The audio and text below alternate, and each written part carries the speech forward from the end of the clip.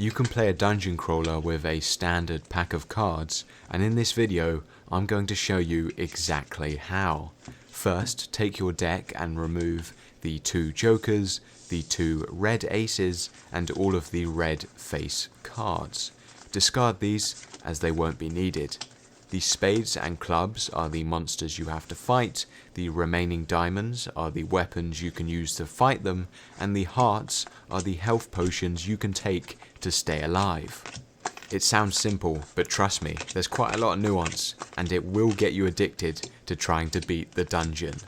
Make sure to shuffle your remaining cards very well, because having suits grouped together in this game is an absolute killer. You can then place the shuffled pile in front of you to the left. To make a room, you pull the first 4 cards off the deck and lay them out like so. If you don't like the look of what faces you, you can choose to skip rooms as many times as you want, but you aren't allowed to skip one twice in a row, so pick very carefully. So let's say you've chosen to face this room. You must pick 3 cards to progress. You can pick them in any order, but 3 must be chosen. The remaining one is left to build the next room. Now let's cover what the cards actually do. You start the game with 20 health. I'd recommend keeping a note of this, especially if you're as scatterbrained as me.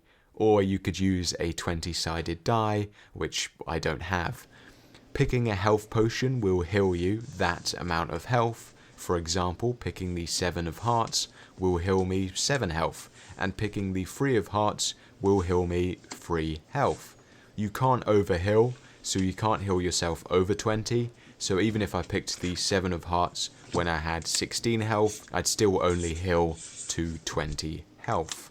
Monsters are any black suit, and to defeat them you must either choose to use a weapon or your fists.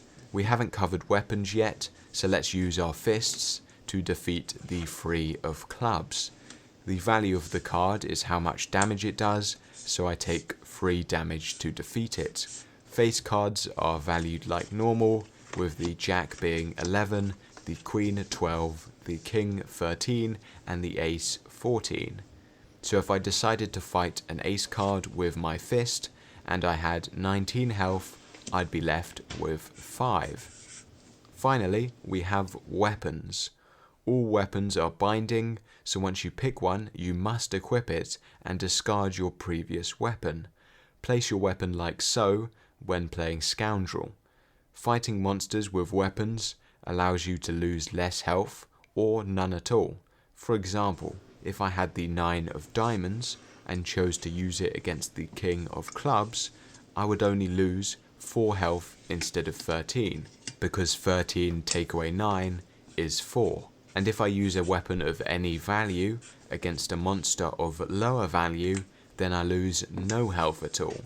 For example, the 5 of diamonds against the 3 of spades.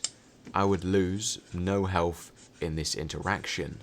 The issue is, once you've used a weapon to defeat a monster, you can keep it for as long as possible, but you can only continue to use it against a card of a lower number than the one that came before. Picture this scenario. I can't use my weapon on the 7 of clubs because I've already used it on the 7 of spades. So therefore I must either choose to discard it and pick up the 5 of diamonds as my new weapon, or use my existing card against the 4 of spades because it's a lower number than 7. And when stacking monsters on the same weapon, stagger them like this so you can make sure you're doing it right, and when you need to discard a weapon, just scoop up all of the cards and put them in the discard pile. And that's the game. There's also a point scoring system so you can see if you're improving and try to get a high score, but I'll cover that at the end of the video because I think it will be easier for you to learn if you watch me play a quick game. I apologise in advance, this probably won't be the most optimal playthrough, but hopefully it will give you an idea of how to actually play the game, because you'll see me doing the actions in real time rather than listening to the instructions being thrown at you. So as you can see, I've removed all red face cards and the red aces. We don't need these, so they're going to be discarded over there. We have a pen and paper to keep track of our health. So let me just write health there. We start off with 20, so 20 health like so. And we can literally just start playing. So we have our deck here, which is the dungeon. We draw our first 4 cards, lay them out like so. So we've got 2 weapons so far. We've got a 3rd weapon and a monster. So that makes things a little bit harder for us in terms of what we should pick. What the heck, we'll go with the 9. Okay, so the 9 of diamonds. No, sorry.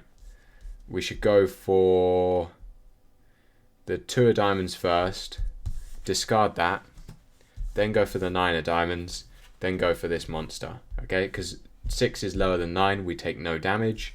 The 4 is left over to make the next room. So, I had to discard the other weapon because you can only have 1 weapon in your hand, so that went in the discard pile. Now we have another 2 weapons choice and 2 monsters. So you can't fight a monster with the same weapon if it's equal or higher in terms of value. So we can't use this weapon on any of these monsters because 10 is higher than 6 and 6 is the same as 6. So we need to discard this anyway. So let's discard this and take the 5 of diamonds. We'll then be able to use the 5 of diamonds on the 10 of clubs. This monster does 10 damage, but because we're using the 5 of diamonds against it, we subtract 5 from the 10 damage, so we only take a 5 health penalty, so we're down to 15 health. 6 is lower than 10, so we can put this one on here and use the same weapon against it. 6 take away 5 is 1, so we only take 1 damage, so that brings us down to 14. And the 4 of diamonds is left over to build the next room. This is I nearly said love potion. This is a health potion. And we're left with 2 more monsters. So we can't use this weapon against either of those 2.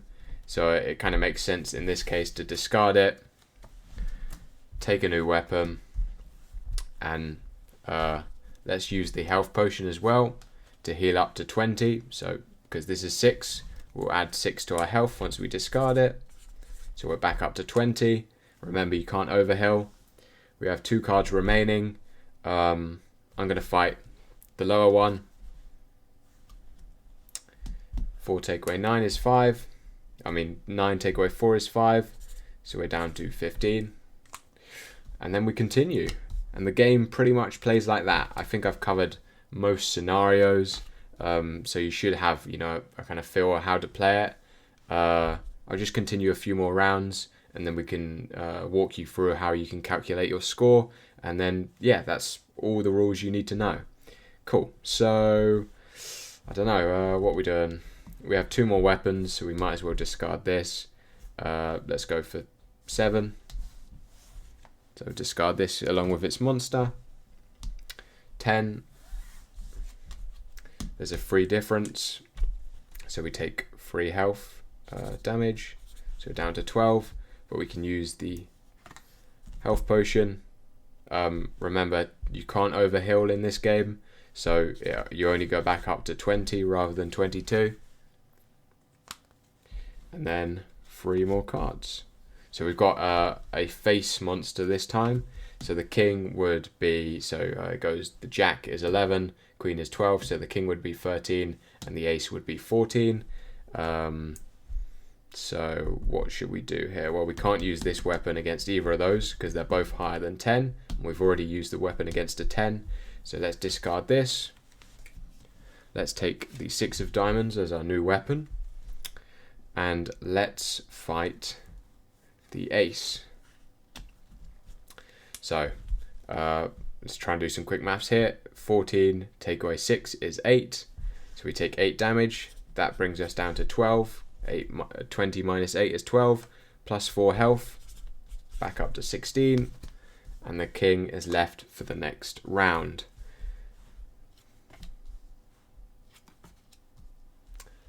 Let's, for example, just say I lose. Is it possible for me to lose in this scenario? Well, yeah, if we just take, let's just say we fight both of these and lose, for example, okay? We've lost our health has gone to 0. How do we calculate our score? So obviously there's two scenarios when calculating your score. You've either won and beat the entire dungeon, or you've lost and have monsters remaining left over. So, if our life has reached 0, we need to find all the remaining monsters in the dungeon that we haven't defeated and subtract their values from our current life, and the negative value is our score. So for example, we've done all these monsters, killed them all, sure. So the remaining monsters would be this, and any black cards we find. I'm not going to calculate it all now for you, because that would just take ages. But we'd scroll through our dungeon, find all of the monsters, and we'd add all of these up, and whatever score this is, we'd subtract from 0. I have no idea what it's going to be, but let's say it's 72. We'd get minus 72 would be our score. Okay, so that would be our final score for that run is minus 72. The only way you can get a positive score is if you've beat the dungeon. So if we've made our way through the entire dungeon, our score is our current positive life. So for example, let's say we defeated all of these monsters, and I don't know, we have a few cards remaining, and we beat everything with 8 health. Our 8 health is, the final score. So we'd be left with a final score of 8.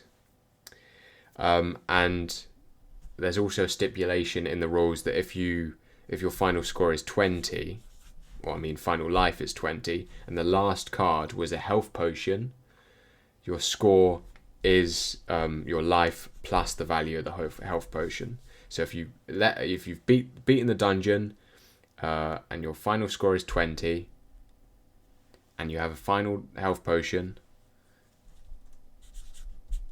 for example 5, you'd be left with a 25 score. Hopefully I've explained that all right. If you have any questions, drop them in the comments and I'll happily answer them. But the rules are available online. I will probably be linking some articles. So yeah, feel free to check them out. Thanks for watching. See you next time.